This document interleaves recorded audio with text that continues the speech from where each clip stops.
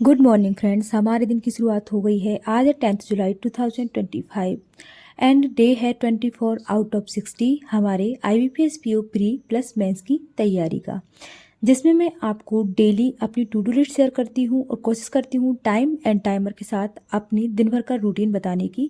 थोड़े थोड़े ग्लिम्स बताती हूँ मैं आपको, ताकि कुछ कुछ बच्चे ऐसे होते हैं जिनको मतलब स्पेशली जो अभी नए नए इस फील्ड में आए हैं तो दिन भर नहीं पढ़ पाते हैं, तो थोड़ा बहुत उनको थोड़ा सा ऐसे आइडिया भी रहे, सपोर्ट भी रहे कि हाँ चलो भाई दिन भर अगर ये पढ़ रहे हैं तो हम भी पढ़ लेते हैं, है ना। देखिए कंपटीशन तो इतना है, तो ऐसा तो है नहीं कि बिना पढ़े काम चल जाएगा, तो पढ़ना तो पड़ेगा।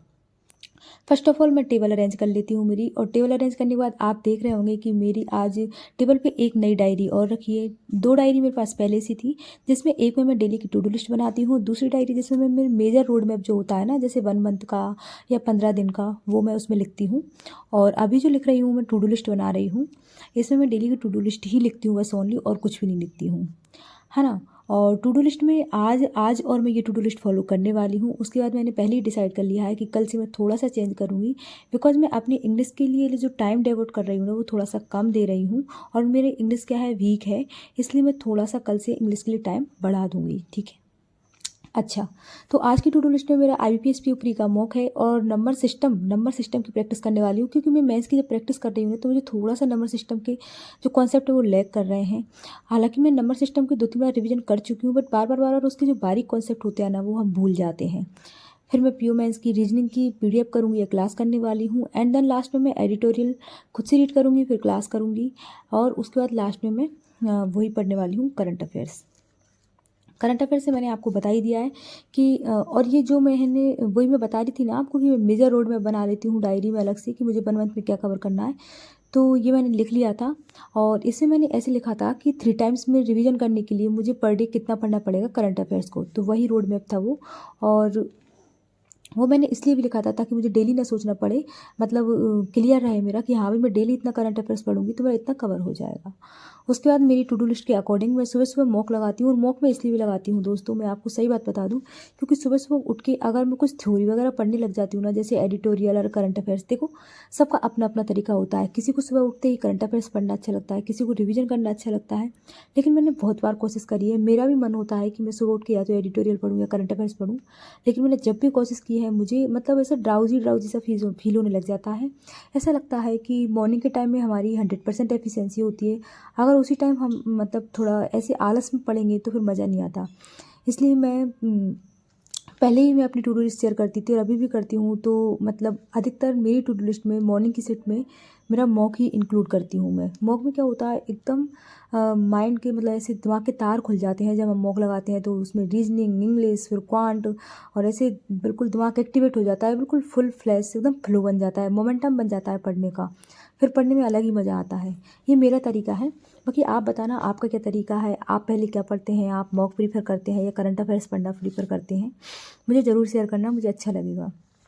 उसके बाद मैं आपको ये बताना चाह रही थी, स्पेशली जो बिगनर्स होते हैं, न्यू आते हैं इस फील्ड में, उनको 3-4 महीने हुए होते हैं, तो उन्हें मतलब ऐसा लगता है। देखिए पहली बात मैं आपको ये बता दूँ कि जो सच में बैंकिंग का जो सिलेबस है ना, वो एकदम जैसे एग्ज़ाम का पैटर्न है ना, वो एकदम ऐसे आप मान सकते हो कि शॉर्ट एंड स्वीट है, ज़्यादा लेंदी नहीं है। हाँ, अब आपको शुरू में ऐसा लगेगा कि मैं पागलों जैसे बातें कर रही हूँ, लेकिन मैं आपको सच बता रही हूँ, क्योंकि ना देखो पहली बात तो इसकी कट ऑफ ना ऐसा नहीं होता है कि मैं इसकी कट ऑफ बहुत ज़्यादा जा रही है कि भाई जैसे कि 250 नंबर का पेपर है तो हमें उसमें 250 ही मार्क्स चाहिए, ऐसा नहीं है। और शॉर्ट एंड स्वीट से मतलब ये है कि एकदम डिसाइडेड मैनर में होता है, जैसे कि प्रीलिम्स का पैटर्न फिक्स होता है कि इस तरह का ही आएगा, है ना, तो वो उसी तरह का आता है, उसमें कोई ऐसा नहीं होता कि आप वहाँ जाके सरप्राइज हो रहे हैं। लेवल, हाँ लेवल चेंज हो जाता है, कभी कभी ऐसा हो जाता है कि भाई ऐसा होता है कि थोड़ा लेवल टफ हो जाता है, कभी कभी किसी से इजी हो जाता है, किसी में मॉडरेट हो जाता है, बट जो टॉपिक होते हैं ना वो वही होते हैं।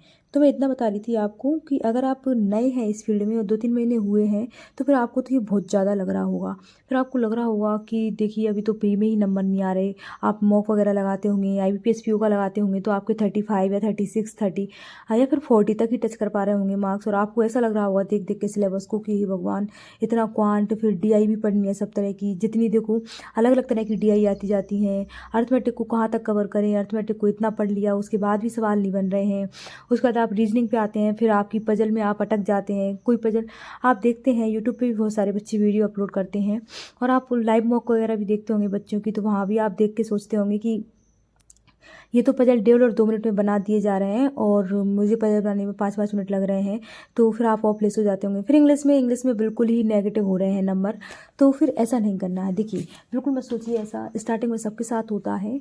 तो मैं बस यही कहना चाहती हूँ कि अच्छे से रोड मैप बनाइए, टू डू लिस्ट बनाइए और अच्छे से उसे फॉलो कीजिए। बहुत बड़ी टू डू लिस्ट मत बनाइए, आपकी एफिशिएंसी के हिसाब से टू डू लिस्ट बनाइए आप, जिसको आप कंप्लीट कर पाते हैं, ठीक है। अब टू डू लिस्ट में जैसे कि मतलब ऐसा कहना चाह रही हूँ मैं कि देखो, सिलेबस शुरू में ज़्यादा लगता है हमको, तो फिर देखिए, अब हमें कहीं लंबे रास्ते पर जाना है, तो ऐसा तो नहीं है ना कि आपने जिस पॉइंट से स्टार्ट किया है तो पूरा रास्ता आपको एक साथ दिख गया, या फिर आपकी मंजिल दिख गई, नहीं दिख रही होती है भाई। जैसे कहीं भी जाना है, आपको 5 किलोमीटर दूर जाना है, तो क्या वो चीज़ आपको यहाँ से दिख रही है? नहीं दिख रही। आप थोड़ा सा चलते हैं, फिर आपको आगे का रास्ता दिखता है, फिर आप थोड़ा सा चलते हैं, फिर आगे का रास्ता दिखता है, और एट द एंड हम मंजिल पर पहुँच जाते हैं। तो ऐसा ही हमारी प्रिपरेशन के साथ है ना। प्रिपरेशन में भी हमें ऐसा ही करना है। ऐसा नहीं सोचना है कि बिल्कुल आज ही आप सोच के बैठे हैं कि 15 दिन में सिलेबस खत्म, 16वें दिन एग्जाम, फिर रिजल्ट, फिर पास और नौकरी। नहीं, इतना क्लियर नहीं दिखता है कुछ भी। मंजिल इतनी, बस इतना दिखता है हमें, जैसे हमें कहीं जाना है तो हमें उस जगह का नाम पता होता है ना कि उस जगह तक हमें जाना है और ये रास्ता है। ऐसे ही हमें पता होता है कि भाई हमें IBPS PO बनना है, और ये मतलब ये रास्ता है, मतलब ये हमारी टू डू लिस्ट है, ये स्ट्रेटेजी है, बस इतना पता होता है हमें। बाकी ऐसा नहीं होता है कि बस आज टू डू लिस्ट बनाई, कल फॉलो की और परसों सिलेक्शन हो गया। मतलब वही है कि जितना रास्ता दिख रहा है आप उतने पे चलिए, आगे का रास्ता अपने आप क्लियर हो जाएगा। पहले अगर आपके 1 मंथ बचा है प्रीलिम्स के एग्जाम के लिए, तो short and sweet to do list बनाइए, छोटे छोटे टास्क दीजिए अपने आप को, है ना। उनको धीरे धीरे धीरे धीरे कंप्लीट कीजिए। जैसे अर्थमेटिक है, उसमें 15 टॉपिक है, मान लीजिए मेजर टॉपिक है, 15 टॉपिक आप 15 दिन में कंप्लीट नहीं कर पाओगे, तो आप ऐसा कीजिए, एक सप्ताह लीजिए, ये सप्ताह उठाइए, इसमें कोई 3 टॉपिक मेजर टॉपिक उठा लीजिए, है ना। 3 टॉपिक कंप्लीट हो जाएंगे, और आप सोच लीजिए पजल आपको इस सप्ताह में पजल मतलब 150 पजल की प्रैक्टिस करनी है, और इंग्लिश के कोई 1 या 2 टॉपिक आपको प्रैक्टिस करनी है। अब 7 दिन आप मान लीजिए कि आपका छोटा रास्ता है ये। जैसे ही ये रास्ता आप कंप्लीट करोगे ना, आपको आगे का रास्ता दिखने लग जाएगा। और आप मानिए 7 डेज़ में आप अगर 3 टॉपिक भी कंप्लीट करते हैं ना अर्थमेटिक के, तो आपको ना अपने आप को कॉन्फिडेंस आएगा कि हाँ हाँ, तैयारी बहुत अच्छी है, उसमें चल रही है, फ्लो में। एंड देन आप फिर अगले 7 डेज़ की बनाइए, फिर अगले 7 डेज़ की बनाइए।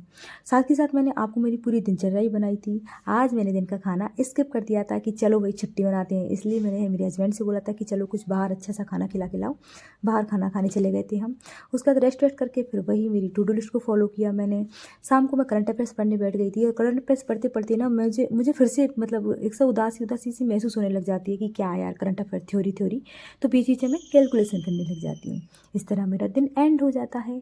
अगर चैनल पे आप नए हैं तो प्लीज़ दोस्तों सब्सक्राइब कर देना, और अगर आप कुछ भी डाउट है आपका तैयारी रिलेटेड, तो कमेंट सेक्शन में ड्रॉप कर देना।